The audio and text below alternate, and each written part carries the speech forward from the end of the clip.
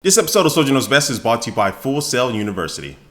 Hey, what's up guys, Soldier Knows Best here. This is my review of the iPad mini. Now this small tablet has been making some big noise out there. Yes, you get that joke, a little corny I know. But anyway, it has been making some noise out there. A lot of people have been wondering whether this is going to be actually worth their money to buy. It is the cheapest iPad out there, but it also too is more expensive than other tablets in this type of price range and form factor. So this review, I'm going to cover the design, the hardware, the cameras, how it runs the software, and overall whether this is going to be a good buy for you. So we're going to start the review with the design. And this new iPad mini takes a lot of the new design characteristics that are in the new iPod Touch and the new iPhone 5. Has that nice bezeled edge there where the glass kind of just seamlessly rolls into the rest of the device from the display. And also too, it's very thin. It's only 0.28 inches thick and only weighs 0.68 pounds or just 308 grams, which makes it one of the smallest and lightest tablets on the market.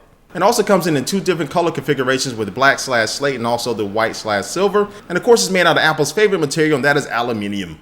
Now on the right hand side, we have the volume buttons plus the mute/rotation lock switch. And also at the top, you'll find the on off and sleep wake button. In the middle, you'll find the microphone. And also too, on the left hand side of that, you'll find the headphone jack. Now on the bottom, you'll find the new Lightning connector port, and to the left and to the right of that, you'll find a couple speakers. And I would say these speakers are pretty good. These are stereo speakers, and they do get loud. I would say these are probably the loudest speakers of any iPad out there right now. And now when you look at the display on this new iPad mini, it has a 7.9-inch display with a resolution of 1024 by 768 and 163 ppi. That stands for pixels per inch. So this is definitely not a Retina display like you'll find on the iPad 3rd or 4th generation, because they have 264 ppi and definitely a way higher resolution. But again, the display is not horrible, not bad at all, but it's just not up to that Retina display standard. And when you compare it to some of the other competitors out there that have better displays for a lower price, it will make you scratch your head just a little bit. But since this is a 7.9-inch display, you do have a lot more screen real estate to work with, but it's still in a small form factor.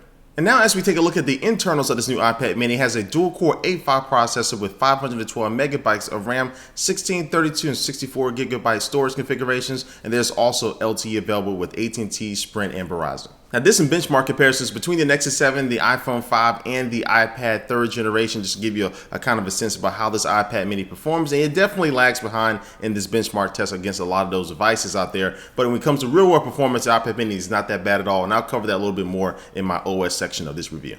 But now as far as battery life, it has a 16.3 watt battery inside of it. And Apple says you should be able to get up to 10 hours of battery usage from web browsing and watching video and listening to music. I was able to get about 8 to 9 hours in my usage for this review.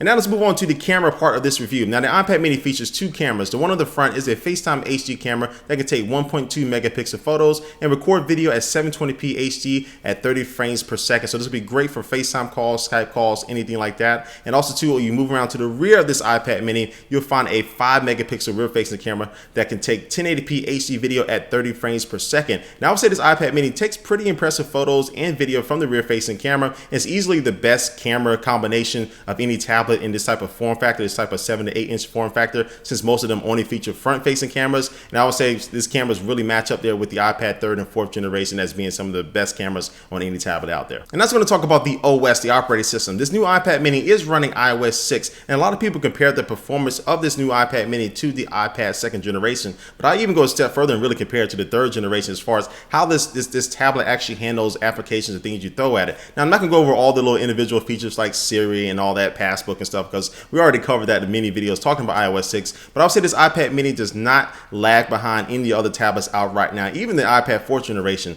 yes, it may open up an application a little bit faster and load applications and games and things like that faster, but this iPad mini is able to handle itself very well. And also because of the form factor and the performance of this iPad mini, developers of applications don't really have to modify the apps for this device. As far as the display, all the apps will scale down perfectly to it. You don't really have to have those black bars like you have the iPhone 5 as far as its display being too tall, anything like that. And also again, the games and stuff perform just as well they do on the other iPads out in the market. So bottom line, if you use a 2nd generation iPad and above and you move to this iPad mini, the performance is not going to be an issue with you. And now the biggest and last category of this review is going to be the price point. The iPad mini starts at $329 for the 16 gigabyte version and goes up $100 for the 32 gigabyte version to all the way to the 64 gigabyte version, which can run you $529. Now, if you do want to get an LTE version, that's going to start off at $459 for the 16 gig and again go up $100 as well. So this iPad mini definitely isn't cheap as far as the other 7-inch tablets out there in the market, but it is the cheapest iPad out in the market. But this is going to be a really big deciding factor to whether whether people are going to get this iPad mini or not. And that brings me to my overall conclusion of this new tablet. I would say that I'm very pleased with the performance of this iPad mini. It doesn't feel like it's hindered just because it's a smaller form factor. Yes, the display is definitely not a Retina display, but it will get the job done. But I would love to see a better display. I think they should have done it for this price point. Now, everything else as far as the cameras, the way applications perform on it are really great. And I love the form factor. I love the design of this new iPad mini. And personally, when I'm using this around the house, I choose the iPad mini over the regular size iPad, not really because anything else, but just the design and the way it feels in my hand. And it's a small footprint when I'm sitting on the couch. But with all these good things being said, I do think $329 is a very steep entry point to this iPad mini. If you already own an iPad or really own any other tablet out there and you're okay with that, you're pleased with that, I don't see this iPad mini being very compelling to go out there and buy. But if you never own an iPad or a tablet in general, I think this iPad mini will be great. It is the cheapest iPad that Apple offers. Again, I don't totally agree with the price point, but if you are looking to get into the tablet range, and if you want an iOS tablet, if you're really interested in the Apple ecosystem, the iPad mini will be a great choice for you to buy. But I definitely would like to see Apple drop the price in this thing and also to put a better display. Those are my two things I really take away from this iPad mini. But you know what? A year from now, when Apple releases the second version of this, you doggone well will probably have a Retina display. So if you can hold out till then, I would probably recommend you do that. So this does wrap up my review of the iPad mini. But before we head out here, it's going to take one last look at our sponsor for this video. There have been over 15 billion applications downloaded from the App Store alone, and with the Android market share expected to grow 600% by 2012, Full Sail University is here to give you a head start in mobile app development. They offer their online mobile development bachelor's degree program that is aimed at teaching you both the programming and the business sides of mobile app development. And through their Project Launchbox program, students receive a MacBook Pro that is preloaded with a whole bunch of software, iOS and Android devices, and you combine this with their online courses, you really get a good head start. Between the App Store and Google's Play Store, over 50 billion applications have been downloaded with no signs of slowing down. So if you're ready to master the technology and software to compete in this growing industry, visit fullsail.edu/soldier to learn more about this online degree program. Again, it's fullsail.edu/soldier.